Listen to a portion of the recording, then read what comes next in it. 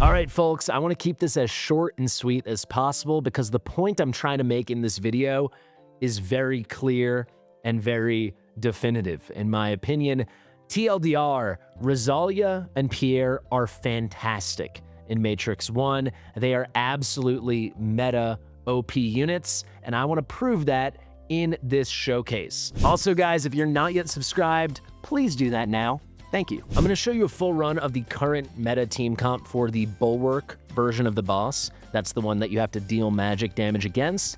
And then I'm going to take out 2 units. Those units are going to be Valise and Beatrix. We're going to swap in Rosalia and Pierre, and I think you're going to be very, very impressed. One thing I'm doing in this showcase that's different than what I'm assuming a lot of people are doing, I actually can't speak to that specifically because I don't know, but I think it's pretty unique what I'm doing. I am showing absolutely everyone at A0. There is one exception. I'm gonna run Nerissa at A1 just to get, among other things, that increased AoE damage reduction. I wanted to make sure survivability was not an issue. But as you're gonna see in both of the runs I have prepared for you, all the units, including, of course, Rosalia and Pierre, are at A0.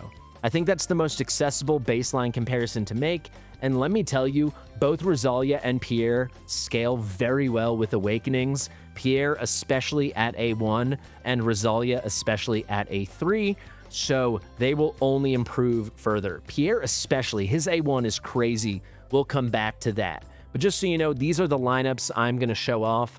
This is the no painters comp, as I'm calling it. You can see in our cultist section, we've got Beatrix and Valise here. And then if we cut now to the painters comp, you'll see we've got Rosalia and Pierre. But in both these examples, everyone, you can see the Awakenings up here in the top left, everyone is going to be A0 except for Nerissa, who is A1. I did make this even crazier when it comes to showing off the strength of Rosalia and Pierre because since they're new, I'm assuming a lot of people won't instantly have their exclusive artifacts at promo 5. All of us are going to get Rosalia's exclusive artifacts because it's part of a shard summoning event, basically an artifact fusion. So definitely stay on top of those events and tournaments. They launched today.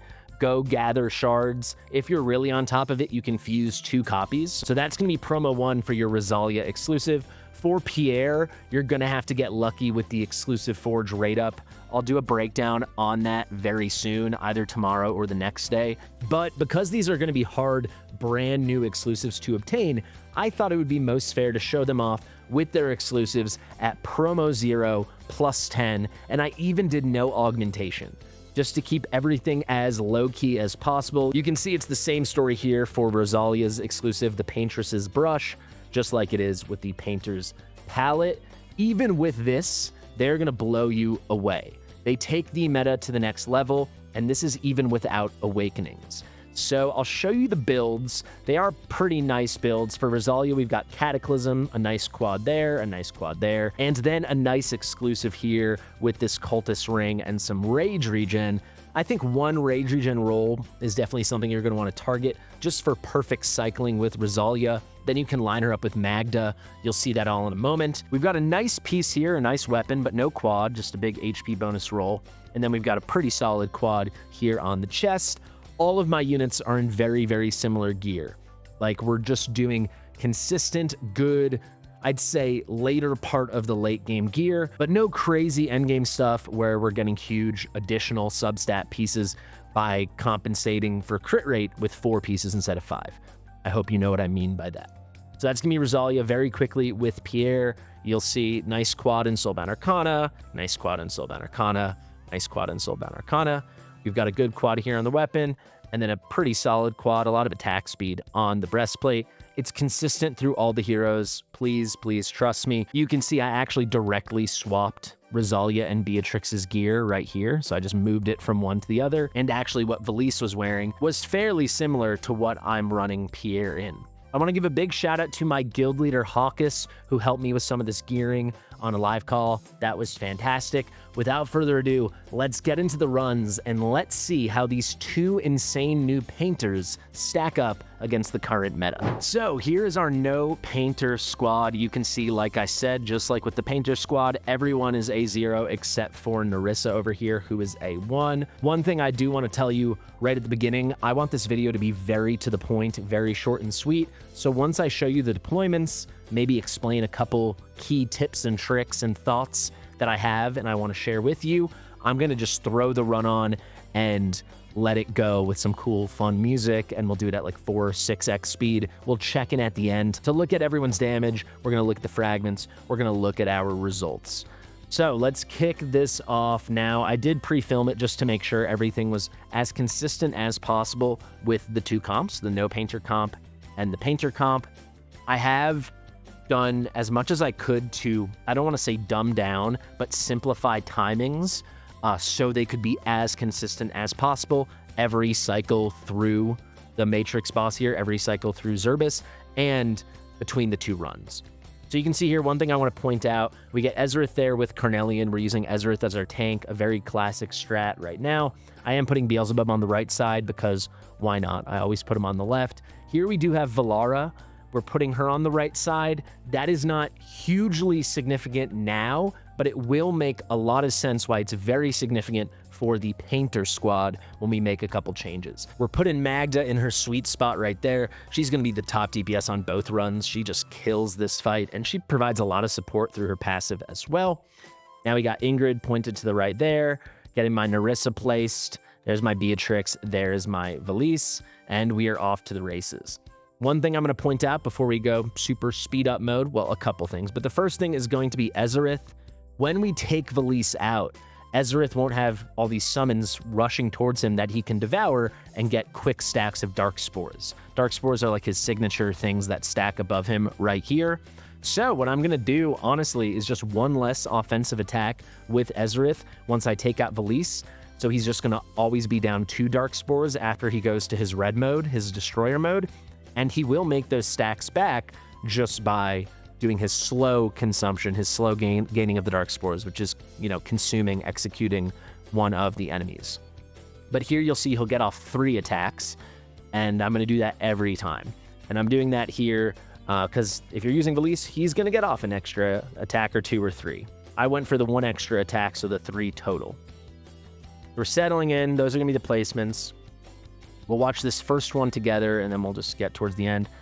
There's that timing on Carnelian. You want to hit that focus strike right when the bar's winding down, going down towards the middle of the word. There's the Decay Overflow. Right when it's running out, you want to trigger that Eloin, and we're kind of dialed in. Let's wait. I also ran on 1x just to make sure all my timings were consistent, but don't worry. We're about to speed this up in a crazy way in just a moment. So here is the next focus strike.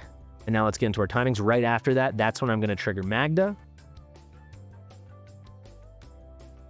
And here's the Pact of Silence. I'm doing my auto ults. I had adjusted all those quick casts as we're used to seeing. You can see that right here. If you don't understand, you can watch any of my other Matrix content. Otherwise, you can wait another week or 2 before I do my official big Matrix guide that I've been waiting to do, but I wanted to do once I got Rosalia and hopefully Pierre. But there we go. Manually trigger Ezrith. This is the last thing I have to show you. He's on red wings now. This is the destroyer mode. He's got 1 hit out. He used 1 Dark Spore. Another big hit. That's 2 Dark Spores. The final big hit, that'll be 3 Dark Spores. Boom. And then right before the 4th, that's when I'm going to switch him back over to purple. You can see I just did the manual click there. And there we go. So he gets 2 instantly. He consumes some of those Valise summons, and we're off to the races. He'll do 1 less of those big hits, as you'll see when we do the Painter's comp, as opposed to the no Painter's comp. But spoiler alert, his damage is going to be very comparable still, because the vast majority of his damage is coming during that Pact of Silence. All right, let me make myself disappear. Let's put on some fun music and let's speed this up, because we're just going to rinse and repeat all those timings and that cycle to the end of the fight. Let's see how many fragments we can get. Let's see what is the number the Painter squad is going to have to beat, and then we'll look at all the individual damage. See you in a second.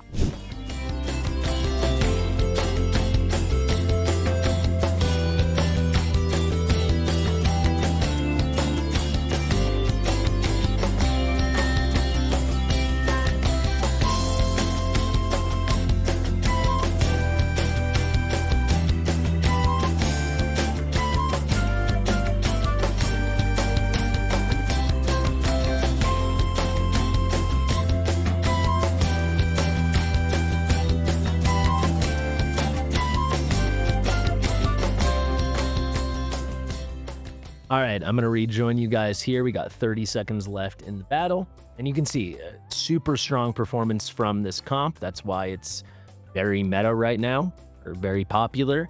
All A0, and we're coming up towards 80,000 fragments. That's very strong. One thing I want to point out as this wraps up, if you look at this spot here, down from Carnelian, that melee spot behind Valara, there's no one there. That's something to keep in mind for what we're about to show with the next comp. And there we go, huge result from Magda. Everyone else fairly bunched together, though Ingrid is a clear second. We'll see the full stats and everyone in just one moment. But a very strong result for A1 Nerissa, and then a full A0 squad of everyone else, and most importantly, all the DPS. So 79.8k. Let me show you the damage dealt. Magda's at 1.44, 1.45 million. Then just less than a million at 968,000 is Ingrid. 863,000 we have Ezerith. 830 right next to him is Beatrix. 758k for Valara. And then a good bit behind is Valise.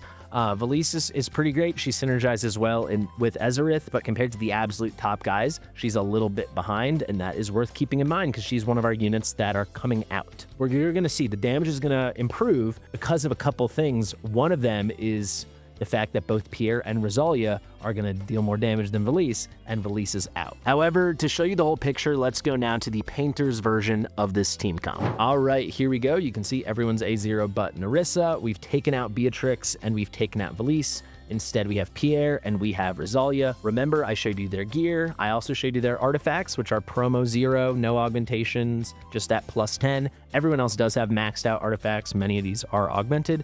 That's another thing to keep in mind when you see how good these two are. Let's hop into battle, and let's see. Very similar situation. Let's talk you through the deployments, because a couple small things are going to change, and they're going to change for the better. So we'll kick it off again. Same start. Ezerith into Carnelian to get our tank setup going. Ezerith is getting buffed. Now I'm going to place Rosalia, and she's going to go here, right? And that's pretty important to note because we didn't have anyone there last. Now I've got Rosalia in this spot. You can see her interesting range outside of her ult. Then we're going to Elwyn placed right there. Everything else is the same so far. Just trying to time out all this stuff. Here comes Ingrid, same spot in the middle, pointed to the right. Now same thing for Beelzebub. Here I'm going to place...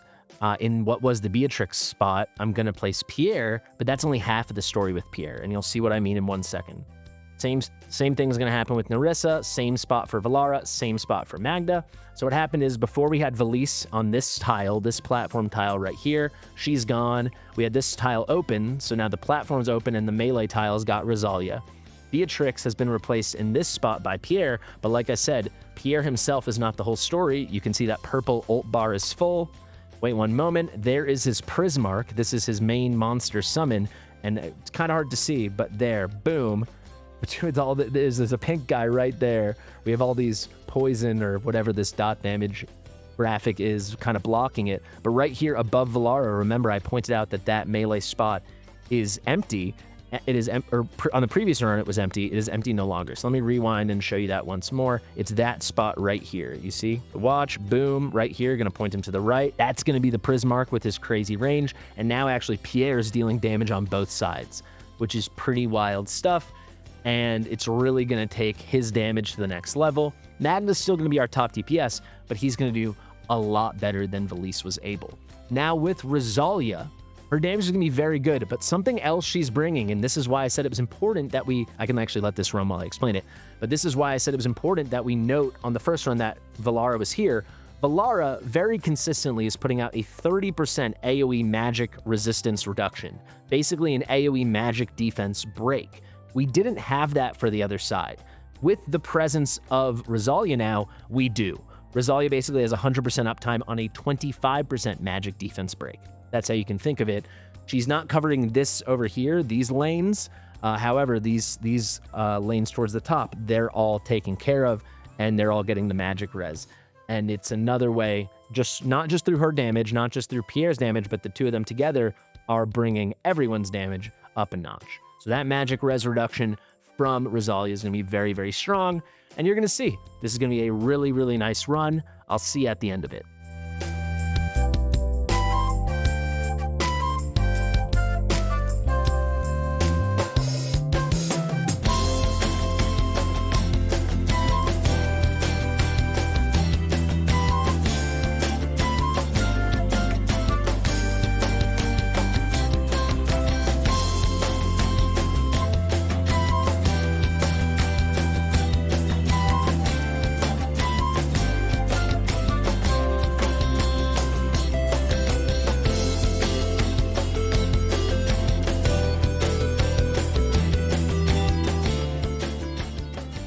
All right, here we go. 30 seconds left, and you can see already at this 30-second mark, we're nearly where we were in the entire run previously, right? So really, really impressive result already.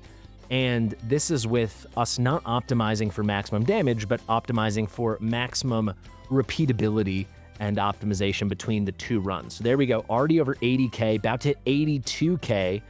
And this is with all a zero. I mean, that's pretty crazy stuff. 83, 83.7. It's just a ton of damage. It's an improvement of about 5%. That might not seem like much, but when 2 units are replacing 2 other units in what's already a meta, and a 5% increase is very clutch. And that's before awakenings, that's before boosting the artifacts, that's before properly optimizing this for these specific heroes. I think it's a really, really, really good result. If we go back to this specific damage at the start, you'll see Magda still takes the cake. She's doing a little less because now she had kind of half of Pierre and then obviously Rosalia on her side. So they're taking some of that damage. Very good performance once again from Ingrid. Very consistent, only 15,000 less than she was the other time. You can see with Ezerith, he was getting 2 hits off, not 3, since we needed him to consume in his purple form, you know, and get him back up to full each time. I guess I didn't have to get him back up to full, but that was the most reliable. And he basically did identical damage. I think he actually did slightly better here. Rosalia, basically the exact same as Ezerith, and that's without any optimization. Finally, we've got Ingrid, and then you can see no one in the 500,000s like Valise. So they really just elevate it to a new level. And I can't stress this enough. I think it's going to be an even more significant improvement relative to the top stuff now once people become more familiar with the units, perfect the timings, have these guys with multiple awakenings. I think the ceiling is very high for what the player base can achieve in Bulwark now at the tippy top levels when they're bringing in a Pierre and a Rosalia. And heck, even if you could just pick up one of them, it would be a big improvement. I mean, they are really, really excellent in this game, and I think everyone should be going for them this weekend. I'm gonna make a should you summon video on these guys, but you can just listen to me now. Yes, I really think you should go for both of them. In my opinion, Pierre is the top prize here because he scales so well with only 1 awakening. I told you I would shout that out. His A1 is pretty crazy. All of a sudden, once he has 14 stacks of overlay, which is very quick to achieve, he gets that in a very short amount of time. He's going to give his Prismark the perspective effect. His Prismark is the chief damage dealer between him and his other summons, and now the Prismark can get some healing, and most importantly, the Prismark can start ignoring magic defense. It's going to naturally shred additional magic res. So very, very good stuff.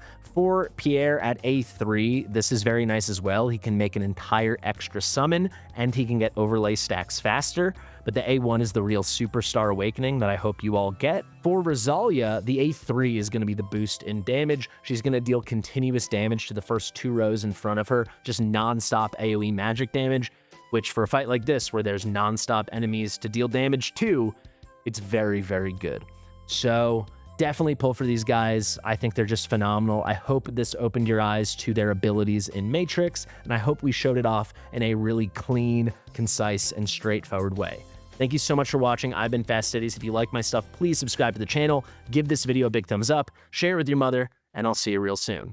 Bye.